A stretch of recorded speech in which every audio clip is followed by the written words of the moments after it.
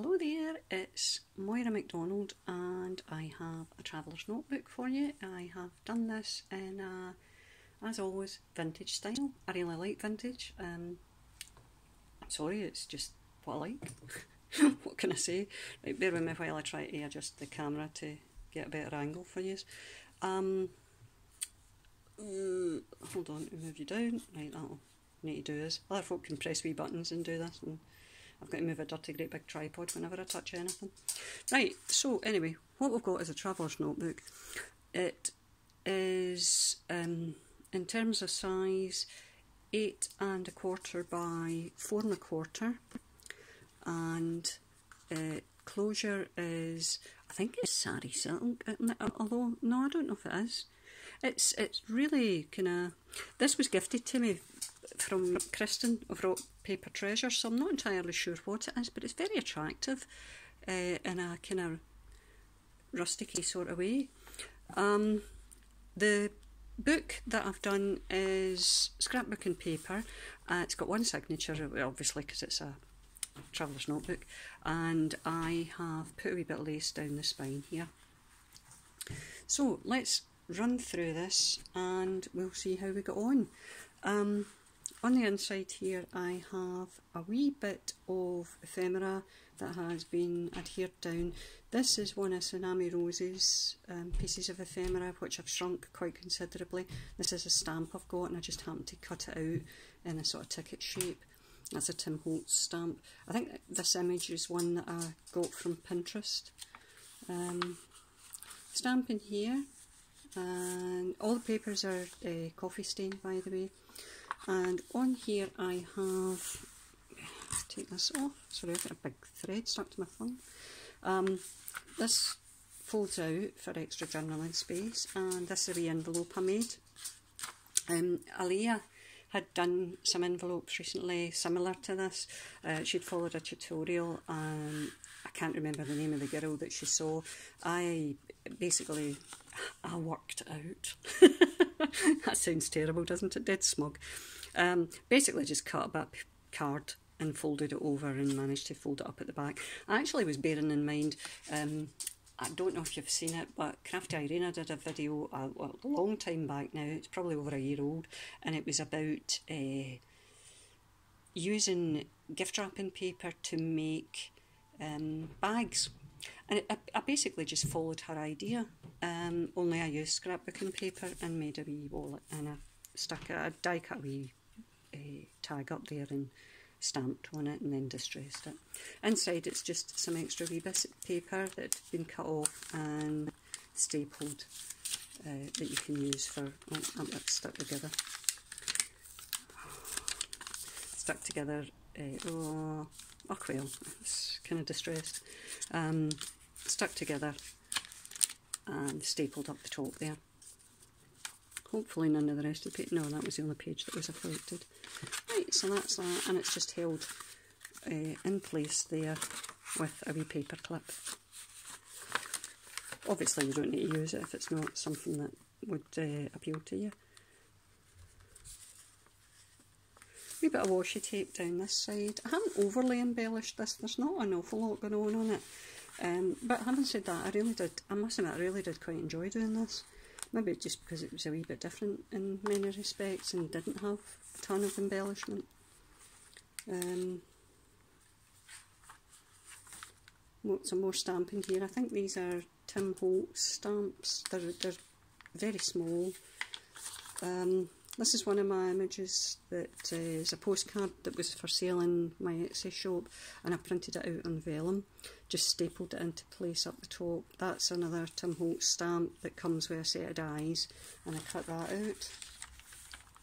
Over the page I had just stuck down an image because I don't like staples in my books. I'm always a wee bit worried in case somebody gets cut with them. So better safe than sorry, I stuck an image over it so that it didn't, and here we've got a wee, it's an old fashioned poem called Cheers to Mend.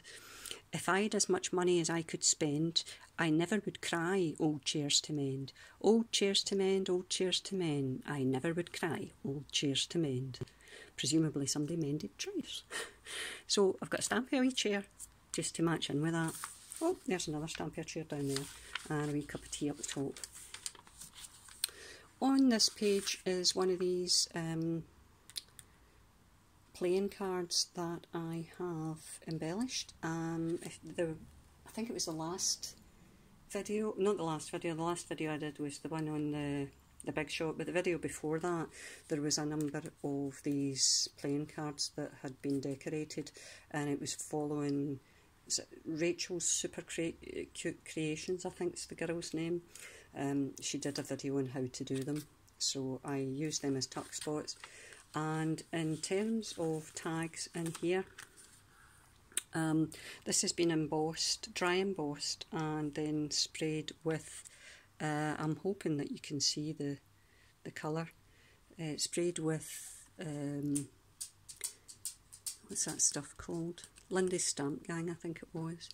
Wee bit of washi tape here, one of those Tim Holtz words, wee bit book quote, and just an image from Pinterest and some lace down the bottom. And this particular tag here is I have printed out on acetate. Now, if you're going to print on acetate, it's an inkjet printer I have. If you're going to print on inkjet acetate, you have to buy inkjet acetate. It's actually specifically called inkjet acetate, because if you just try to print on ordinary acetate, as soon as you touch it, it's all over your thumb, your fingers, it's everywhere. It just doesn't soak into the acetate. You need to get a special type of acetate, and it's just called inkjet acetate. I got mine, it wasn't overly expensive, I think I got 10 sheets for something like £5 odds, and I got it on eBay. So I've stuck it on quite an attractive wee card here, die cut the bottom. If you were going to use this particular card for journaling, I would move the acetate out the way, because obviously as soon as you lean on this, if that image is below it, that wee lassie's face has got writing on it and it'll never come out. So you move the face if you're going to do any writing on this particular card.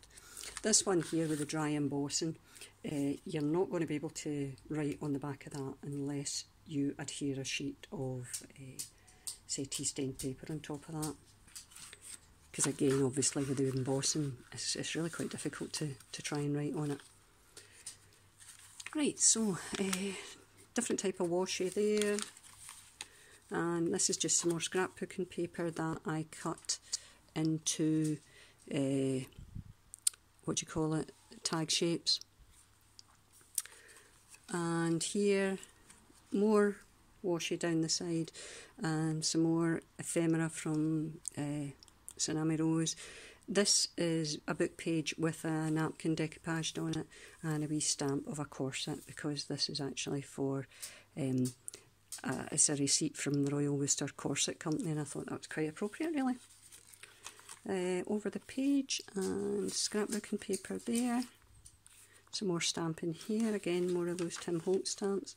Here I've got a wee image, again the wee girls from Pinterest I think it was, and another wee stamped image that I die cut there. It is predominantly for journaling this. Obviously you can stick your pictures in as well, but the intention is that it is a journaling book.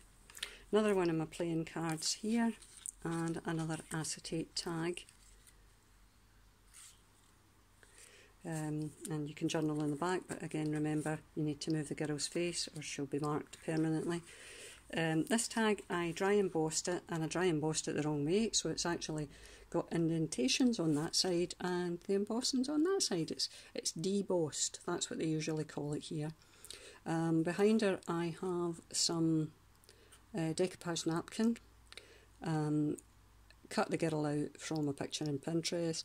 There's a wee bit of, I'm not sure what this fibre is, but it was my very good friend Lisa Owen, who has a wonderful YouTube channel, and she recently did a tremendous, absolutely tremendous snippet roll. She'd sent me some laces and this fibre, so I put a wee bit at the back there, wee bit of ribbon there, and another one of the Tsunami Rose pieces of ephemera that was shrunk down.